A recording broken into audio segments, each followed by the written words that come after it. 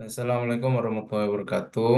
Pada kesempatan kali ini kita akan membahas sebuah topik yang sangat populer ya, yang masih berkaitan dengan API yang sebenarnya kita sudah banyak bahas ya di video-video sebelumnya. Topiknya atau istilah yang ingin kita bahas pada kesempatan kali ini adalah namanya GraphQL. Ya. Nah, GraphQL itu apa? Jadi GraphQL adalah sebuah bahasa query untuk API yang dikembangkan oleh Facebook. Jadi Facebook itu mengembangkan sebuah bahasa bagaimana untuk bisa mendapatkan data dari server melalui API yang disebut namanya adalah GraphQL. Kalau di sebelumnya kita sudah pernah belajar tentang pendekatan yang lain menggunakan REST gitu ya, di RESTful API itu ya. Kemudian kali ini kita akan membahas eh, teknik atau bahasa lainnya yang digunakan untuk mengambil data menggunakan API yang sebenarnya GraphQL ya, yang merupakan salah satu bahasa yang banyak digunakan ya saat ini. Jadi dia dikembangkan Facebook pada tahun 2012 dan dirilis pada tahun 2015. Jadi eh, sebenarnya secara fungsi itu tidak jauh berbeda seperti pendekatan REST ya. Tetapi pada GraphQL ini dia mempunyai paradigma yang berbeda, yakni memungkinkan klien, ya mungkin klien itu eh, ini ya eh, seseorang gitu ya atau sistem atau lainnya yang mengkonsum gitu ya, ingin meminta data yang ingin diperoleh dari server gitu ya. Jadi di GraphQL itu klien lebih fleksibel saat meminta. Dan kita akan nanti lihat ya perbedaannya ya dengan REST ya. Nah, kalau sedikit recap bahwa kalau di REST itu kita saat ingin meminta data gitu ya, klien meminta data itu eh, ya dia hanya bisa mengikuti apa yang sudah disediakan oleh server melalui endpointnya. Jadi misal kita ngambil data user, data eh, apa tuh namanya data postingan, data komentar, dan sebagainya, itu sudah ditentukan oleh si server tadi. Tapi kalau di GraphQL kita bisa meminta sesuai dengan kebutuhan dari si klien ya. Jadi kita bisa mengambil dari satu data atau multi data hanya melalui satu endpoint gitu nanti. Nah, kita akan bahas nanti lebih lanjut. Ini adalah contoh dari implementasi GraphQL. Jadi di sebelah kiri adalah contoh query-nya. Jadi memang namanya query language ya. Jadi bahasa query itu ya, yang mana kita apa tuh namanya eh, saat meminta atau request data kita menggunakan bentuk query gitu ya, query yang mungkin teman-teman kita bisa bayangkan kayak kita melakukan query di basis data gitu ya. Jadi kita punya database, kita ingin melakukan query untuk mendapatkan data, misal data dosen, data mahasiswa, data perkuliahan, data ruang kelas dan sebagainya gitu ya, menggunakan query gitu ya, query gitu sintak misal menggunakan sintak DML gitu ya, select bintang dan sebagainya. Tapi kalau di GraphQL bentuk query-nya adalah seperti ini. Di query misal kita ingin mendapatkan data user yang isinya adalah name dan emailnya ya. Jadi saat kita masukkan query seperti ini, output yang diberikan berupa JSON ya, sama seperti kalau kita bicara di apa namanya di RESTful API ya. Jadi kita mendapatkan output dalam bentuk JSON. Nah, kita bisa di sini diberikan informasi tentang datanya, ada usernya, user, kemudian karena tadi kita menginputkan adalah name dan email, maka dia juga akan memberikan feedback berupa name dan email. Nah, ketika kita ingin meminta hanya nama saja, nah, maka yang disampaikan kepada kita atau di eh, respon yang diberikan adalah cuma namanya saja ya. Nah, kalau teman-teman menggunakan pendekatan REST ya tentu biasanya kita punya endpoint yang berbeda gitu ya. Endpoint yang mengembalikan misal semua semua nilai gitu ya atau hanya nilai spesifik atau berdasarkan apa dan sebagainya. Nah, kalau di GraphQL itu klien lebih lebih fleksibel untuk meminta sesuai apa yang diinginkannya. Itu ya mungkin juga dapat gambaran sedikit gitu.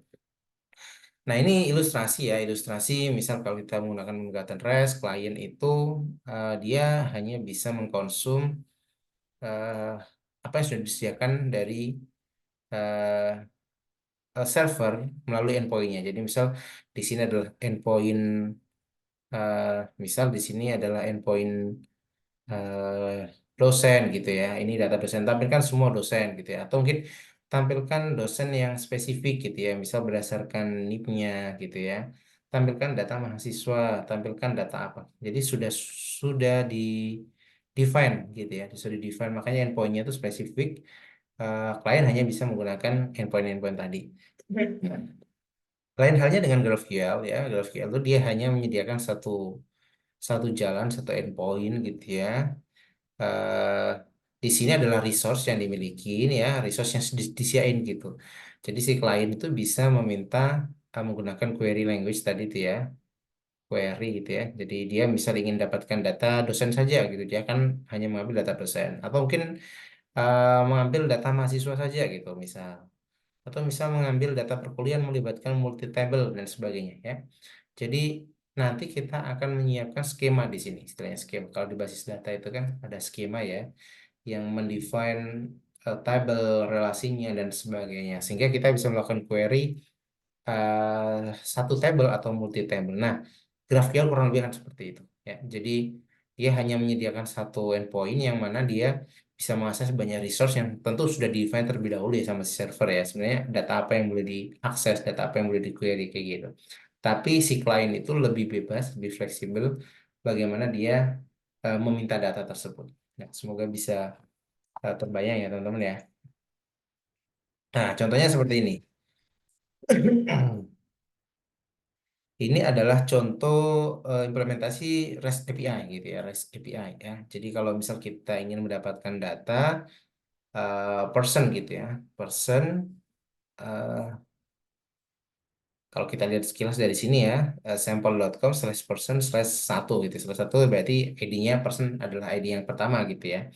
Jadi dia akan memberikan feedback semua atribut yang dimiliki oleh person gitu ya pada ID satu. ID satu adalah misalnya John gitu ya, first name-nya, last name-nya dan sebagainya, email, relation-nya dan sebagainya. Nah, kalau di pendekatan GraphQL kita bisa menggunakan query seperti tadi yang mana kita eh, misal hanya butuh first name dan last name-nya saja gitu. Maka dia akan memberikan responnya hanya first name dan last name-nya aja, dia nggak akan menampilkan semuanya gitu ya. Nah, kita juga bisa search by ID gitu. Misal nanti kita misal person gitu ya, person pada ID yang ke satu gitu ya. Nah, dan seterusnya dia akan menampilkan data yang sama persis ID ke satu gitu ya. Jadi kurang lebih akan seperti ini ya. Jadi tergantung query bagaimana fleksibilitas dari sisi klien itu eh, bisa merequest apa yang eh, diminta gitu ya. Tapi tentu ya dari sisi servernya menyediakan gitu ya apa saja yang boleh diambil gitu. Misal dia boleh ngambil keseluruhan data personnya, bisa berdasarkan ID-nya, berdasarkan namanya. Itu harus di-define terlebih dahulu ya tentu ya ada fungsinya nanti untuk menyediakan tadi. Tapi yang diminta oleh klien itu query-nya adalah lebih fleksibel gitu ya. Dia mau ambil apapun ya selama itu disediakan ya dia fleksibel gitu apa yang data apa yang ingin di retrieve.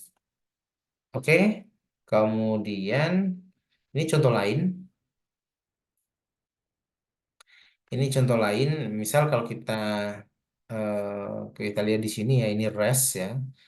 Di sini kita eh, misal nih get album ya, ID album, aset ini menampilkan semua aset pada album, suatu album gitu atau album tertentu gitu ya. Atau ingin melihat komentar berdasarkan asetnya atau misal berdasarkan albumnya atau apa. Jadi ya dia harus menyediakan multi endpoint gitu ya untuk bisa memberikan feedback kepada kita, gitu. Tapi kalau pendekatan GraphQL kita bisa melakukan query pada umumnya ya. Misal ini misal saja ya, kalau misal kita punya tabel nih, misal kita punya tabel,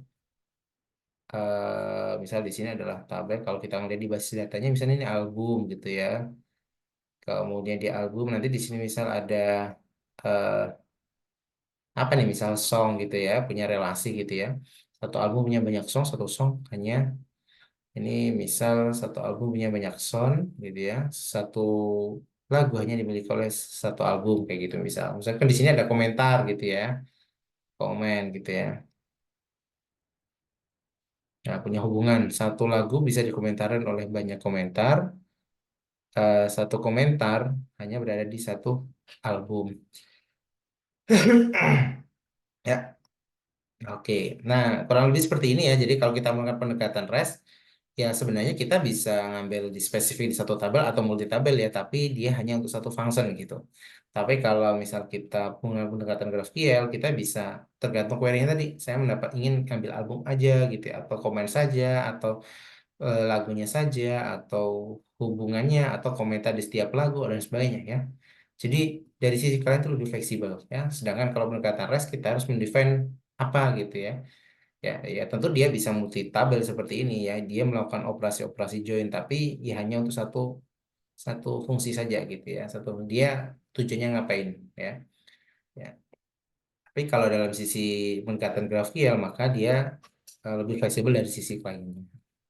Ya sekali lagi ya dari backendnya itu dari GraphQL tentu harus menyediakan apa yang boleh dilakukan gitu ya. Misal pada operasi mengambil data atau menambah data dan sebagainya. Oke, ini adalah sedikit perbedaan mungkin ya eh, dari REST API dan GraphQL gitu ya. Kalau tadi saya sudah jelasin bahwa kalau kita ngomong REST API itu maka ada multiple endpoint. Jadi ada multiple endpoint yang bisa diakses oleh klien yang mana klien hanya bisa mendapatkan data berdasarkan endpoint tadi gitu ya, misal spesifik gitu ya. Jadi misal ambil data hanya album, mengambil data eh, komentar dan sebagainya. Jadi kalau misal kita ingin mendapatkan ini ya melakukan operasi-operasi yang berbeda tentu tentu ada endpoint-endpoint yang berbeda. Dan kalau menggunakan GraphQL dia hanya menyediakan satu endpoint ya, single endpoint tapi tergantung apa yang diminta oleh si klien ya si klien ya menggunakan query tadi gitu ya. Ya teman-teman kalau sudah pernah belajar basis data tentunya ya bisa dibayangkan saat melakukan query itu ya sangat fleksibel gitu. Apa data apa sih yang ingin kita minta gitu. Misal kalau kita ingin ngambil eh, semua data maka kita bisa menggunakan select bintang atau select nama tertentu dan sebagainya. Kemudian kalau kita ngomong eh, Sorry, agak batu ya. Jadi kalau kita bisa ngomong REST itu maka dia disusun berdasarkan endpoint-nya. Untuk mendapatkan data kita harus ya kita harus dari si server harus menyiapkan endpoint-endpoint tadi gitu ya untuk bisa terhubung dengan database-nya gitu ya. Misal ingin melakukan operasi nambah, ngambil dan sebagainya. Sedangkan pada GraphQL kita menggunakan pendekatan namanya skema ya. Skema itu bayangkan kayak ya kita ingin membangun basis data gitu. Ada skemanya, ada tabelnya, ada relasinya. Nah, kita nanti define skema tadi gitu di GraphQL.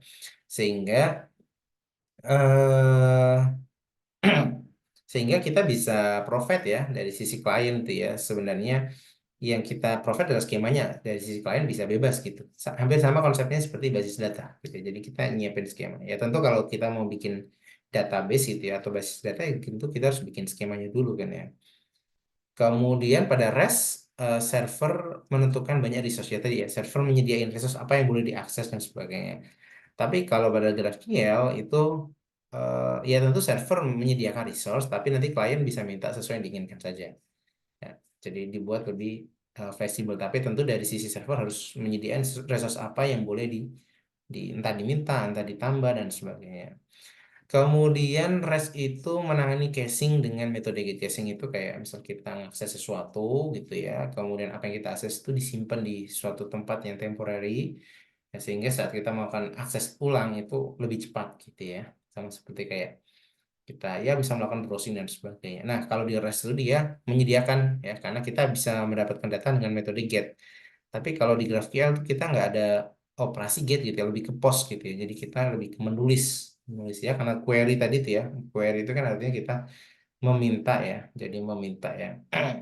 Nah, jadi sebenarnya tidak punya metode natif gitu ya. Jadi bawaan untuk caching tadi ya. Tapi tentu ada cara-caranya gitu. Tapi default kurang lebih seperti itu.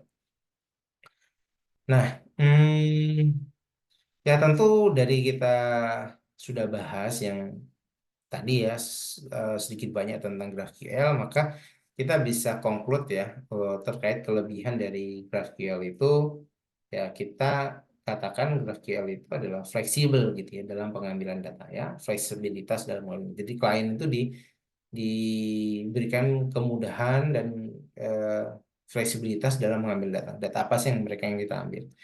Nah, kemudian tentunya ya mengurangi overfetching dan underfetching. Fetch itu mengambil data gitu ya. Jadi overfetching itu ya kelebihan ngambil data, underfetching kekurangan ngambil data gitu. Jadi kalau di REST tadi itu kan ya ya tergantung misal kita define saat mengambil menggunakan endpoint ini dia akan menampilkan data semua padahal kita nggak butuh data itu semua gitu hanya butuh beberapa atribut tertentu. Nah, itu namanya overfetching ya. Kalau underfetching kebalikannya jadi malah kurang gitu ngambilnya ya. Dengan pendekatan GraphQL itu lebih lebih fleksibel jadi lebih pas gitu data apa yang ingin kita minta gitu, jadi kayak gitu sih. Kemudian pengurangan jumlah permintaan ke server ya tentu ya, jadi kalau di REST tadi kita akan banyak menyiapkan endpoint gitu ya, jadi akan banyak request gitu ya. Tapi kalau di GraphQL tadi kita bisa yang saya gambarkan tadi misal kita punya beberapa table dan sebagainya ya. Dari sisi klien ya saat melakukan query menggunakan GraphQL itu ya dia bisa mendapatkan data secara langsung gitu ya, langsung kayak kayak kita punya basis data kita melakukan query gitu ya dengan query yang sederhana maupun kompleks, tapi ya udah itu tujuan akhir kita kayak gitu. Jadi requestnya cuma satu itu, jadi tentu ada pengurangan ya dari sisi request ya ke server. Nah, kemudian optimal pengembangan aplikasi yang kompleks dan dinamis ya karena tadi ya jadi GraphQL itu ada sisi fleksibilitas ya. Jadi seberapapun kompleks dan dinamis aplikasi atau eh, data yang di provide gitu ya dari sisi GraphQL dia lebih optimal dalam melakukan query-nya tadi gitu, mengambil data fetching data tadi. Ya. Ya, tapi tentu bukan berarti GraphQL lebih bagus ya daripada misal REST ya, tergantung kebutuhan ya. Jadi kalau kita memang ingin memberikan lain-lainnya sudah pasti gitu ya, tidak perlu ada improvisasi dan sebagainya, tentu REST API lebih bagus gitu ya. Kalau kita ngomong GraphQL ya lebih dinamis gitu, jadinya malah apa tuh namanya ya mungkin malah bisa eh, apa tidak sesuai gitu ya dengan misal proses bisnis atau apa kayak gitu ya. Tapi tentu punya kekurangan kelebihan gitu ya, banyak yang memang menggunakan pendekatan GraphQL gitu ya, ada yang menggunakan pendekatan REST API gitu, jadi tergantung gitu ya. Jadi tidak ada yang tentu di sisi lain ada yang menganggap misal butuh sangat fleksibilitas dalam pengambilan data maka tentu GraphQL tentu lebih unggul gitu, tapi kalau misal tidak ada fleksibilitas seperti tadi ya maka REST API lebih bagus, yang lebih cocok untuk dipakai gitu. Jadi eh, ada beberapa hal yang sebenarnya kita bisa pahami. Tentu GraphQL itu lebih lebih baru ya daripada REST gitu ya. Tentu itu sudah sangat lama dan tentu sudah sangat banyak yang menggunakan. Tapi di sisi lain GraphQL juga merupakan sebuah bahasa query yang cukup mulai banyak dipakai gitu ya. Karena dengan kelebihan-kelebihannya ini. Jadi tentu sebagai alternatif gitu ya dari REST. Nah, kalau tadi kita sudah bahas tentang skema, kalau teman masih ingat ya, jadi eh, ini ya disusun berdasarkan skema. Jadi skema itu apa gitu ya? Skema itu adalah bentuk data yang didefinisikan ya. Ya, ya sama seperti kita membangun basis data ya, kita tentu butuh ada namanya skema gitu ya. Skema itu merupakan atau bagaimana data itu dibentuk gitu ya, didefinisikan. Jadi misal kita punya entitas apa saja, punya hubungannya apa gitu ya, dan sebagainya. Nah, itu adalah skemanya gitu ya, skema. Nah, skema itu bisa memiliki satu atau lebih tipe objek. Jadi nanti akan ada namanya objek gitu ya, objek. Jadi objek itu ada objek skalar, objek eh, tipe, sorry tipe, ada tipe skalar, tipe objek gitu ya. Kemudian ada namanya query, mutation in query, mutation sebenarnya lebih ke operasi-operasi ya, objek untuk melakukan apa tipe tipe untuk ini ya operasi-operasi di GraphQL ya. Ya, mungkin kita lihat langsung contohnya ya. Nah, ini tipe skala itu tipe yang primitif gitu ya kalau di bahasa pemrograman itu kayak integer, string, float itu tipe-tipe yang primitif gitu ya. Nah, kalau tipe objek itu ya objek gitu ya. Objek itu kayak eh, apa ya? Kayak entitas gitu. Kalau basis data itu ya mungkin kita bisa bilang itu semacam kayak entitas gitu. Jadi sebuah sesuatu yang mewakili suatu hal yang nyata gitu. Jadi kalau misal kita di perkuliahan ada dosen, ada mahasiswa, ada perkuliahan, ada kelas, ada jadwal dan semua itu entitas gitu atau objek-objek yang ada di perkuliahan. Nah, kalau ini contohnya misal di percetakan gitu ya, ada buku, ada autor dan sebagainya. Nah, ini merupakan adalah sebuah skema gitu. Ini adalah skema gitu ya, yang mana skemanya terdiri dua objek, buku dan autor ya. Masing-masing buku dan autor punya atribut atribut yang didefinisikan dengan eh, tipe skalar yang tadi ada atribut ID, tipenya adalah ID gitu ya, ID identifiernya sebagai identifier, ada title, string dan sebagainya. Ada author, tipenya adalah objek author, jadi dia punya hubungan ke sini. Jadi buku ini ditulis oleh author siapa. Nah, sehingga kita bisa tahu ada skemanya gitu ya. Sorry, ada relasinya antar buku dan author tuh punya skema antara autornya. Jadi buku itu punya, jadi apa tuh namanya kalau kita gambarkan ya, kalau misal di sini buku ya. Di sini ada autor gitu ya, autor, maka dia punya hubungan. Hubungannya adalah satu buku ditulis oleh satu autor gitu sih. Ya, gitu. Atau di sini juga kita bisa dari sisi autor itu selain punya ID dan punya nama autornya, dia juga punya hubungan dengan buku. Jadi buku gitu ya. Jadi autornya tentu bisa menulis banyak buku. Nah, jadi fleksibel sekali gitu ya. Enak sekali dalam menentukan ininya apa tuh namanya?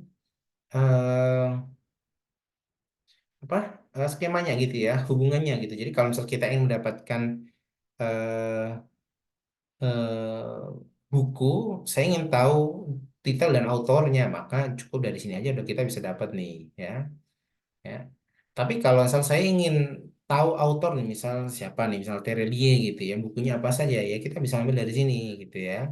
Karena misal Terelie adalah ID satu, bukunya ada banyak, kalau seperti itu. Jadi ada eh, apa tuh namanya?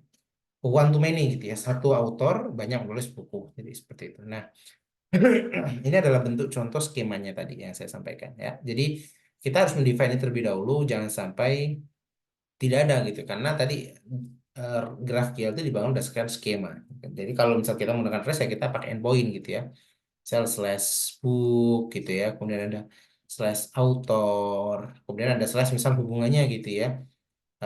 Book by author, book by author, misal dengan ID gitu ya, ID apa, atau misal get all book gitu ya, get all book by misal ID autornya dan sebagainya ya, akan ada banyak endpoint tadi.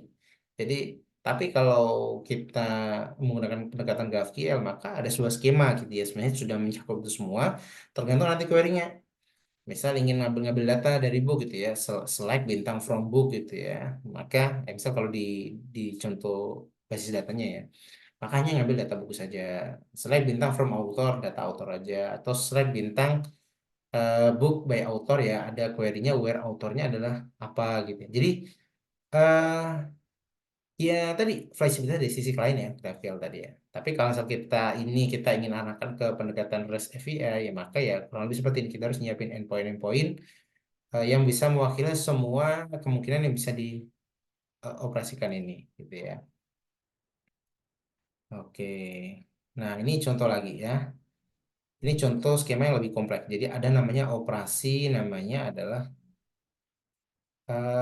query gitu ya, query gitu ya. Jadi query itu merupakan eh, operasi di GraphQL untuk meminta data. Jadi query ini menentukan data apa yang ingin dikembalikan oleh server. Jadi kayak kayak kalau misal kita di REST itu kayak get gitu ya, get gitu ya. Jadi misal kalau di sini tipe query di sini ya, query operasi query tadi, apa aja yang boleh diambil itu boleh ngambil book by ID atau author by ID kayak gitu. Jadi kita define, tetap kita define. Jadi dari skema ini ya objek tadi itu ya, tipe objek tadi.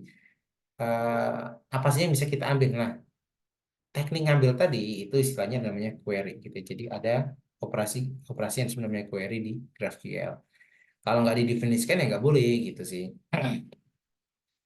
Nah, kayak gitu ya. Jadi kurang lebih seperti itu ya, query ini nanti kita bisa ngambil book atau author by ID. Kita contohnya seperti ini.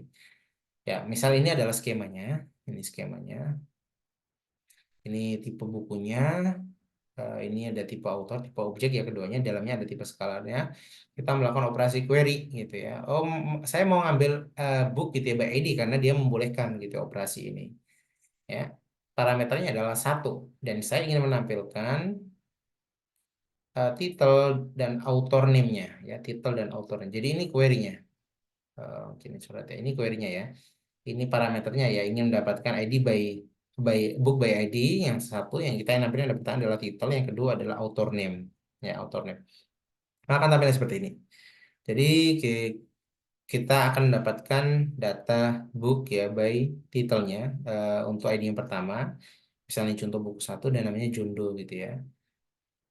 Oke, kurang lebih seperti itu ya. Nah, sekarang saya mau melakukan query lagi nih untuk mendapatkan operasi hasil yang berbeda dengan pendekatan query. Ini contohnya ya. Misal selain ingin mendapatkan data book by ID-nya, kita juga ingin mendapatkan author by ID-nya gitu. Jadi misal ID yang pertama tadi, author tadi itu ya ini ya, kita bisa mendapatkan membolehkan seperti ini ya. Mengakses author ya by ID-nya tadi gitu ya. Saat mengambil by ID-nya tadi, kita ingin nampilin ID, name, dan book ID dan book title. Akan keluar seperti ini. Jadi kalau misal John ini ya, John ini itu sebagai ID satu, dia punya lebih dari satu buku, maka ditampilkan buku lebih dari satu. Nah, skemanya sama satu, query-nya aja yang berbeda. Tapi kalau kita menggunakan REST, maka ada endpoint-endpoint yang berbeda gitu ya. Misal ingin dapatkan buku saja, ingin dapatkan author saja, ingin dapatkan buku by autornya, ingin dapatkan author untuk semua bukunya dan sebagainya. Sekali lagi ada fleksibilitas dari sisi klien. Ya, itu sih mungkin seharusnya yang eh, dititik beratkan. Nah, semoga ada gambaran ya. Jadi ada operasi namanya query gitu. Query ini kayak get gitu ya. Get data by apa, get data, get all data, get author by apa dan sebagainya. Oke. Nah, selanjutnya ada yang disebut namanya mutation gitu ya, mutation. Kalau tadi namanya query untuk mengambilkan get. Nah, mutation ini adalah ini ya, operasi yang digunakan untuk melakukan manipulasi data dalam API. Jadi manipulasi data itu ya kayak kalau teman-teman belajar basis data itu ada namanya DML, Data Manipulation Language gitu ya. Ada namanya insert, update, delete gitu ya. Nah, kalau di mutation ya kurang lebih seperti itu. Ya kalau di REST tuh istilahnya kayak post gitu ya. Post itu kan insert ya, put atau patch itu kan update, delete ya, delete gitu ya. Jadi kayak operasi-operasi manipulasi data. Ya, jadi bukan yang query tadi, kalau query hanya kayak get gitu ya, get data, tapi kalau mutation kita bisa melakukan operasi kayak nambah data, update data, delete data dan sebagainya. Jadi di sini ada enam tipe mutation gitu ya. Seperti saya bisa menambahkan data book gitu ya, data buku yang mana dia harus punya titel apa gitu ya, author ID-nya berapa gitu. Kemudian ya sudah saat kita lakukan operasi seperti ini dia akan nambah data gitu ya, nambah data di buku ini tadi. Jadi buku misal ID-nya dia eh,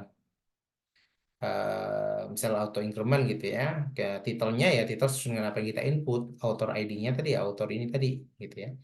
Jadi kita bisa bisa tambahkan tambahkan eh, apa tuh namanya data gitu ya. Jadi kita sudah masuk di nambah data gitu, nambah data atau update data atau delete data gitu. Istilahnya namanya adalah mutation ya. Tentu dalam skema kita harus define agar dari sisi klien bisa melakukan operasi tadi.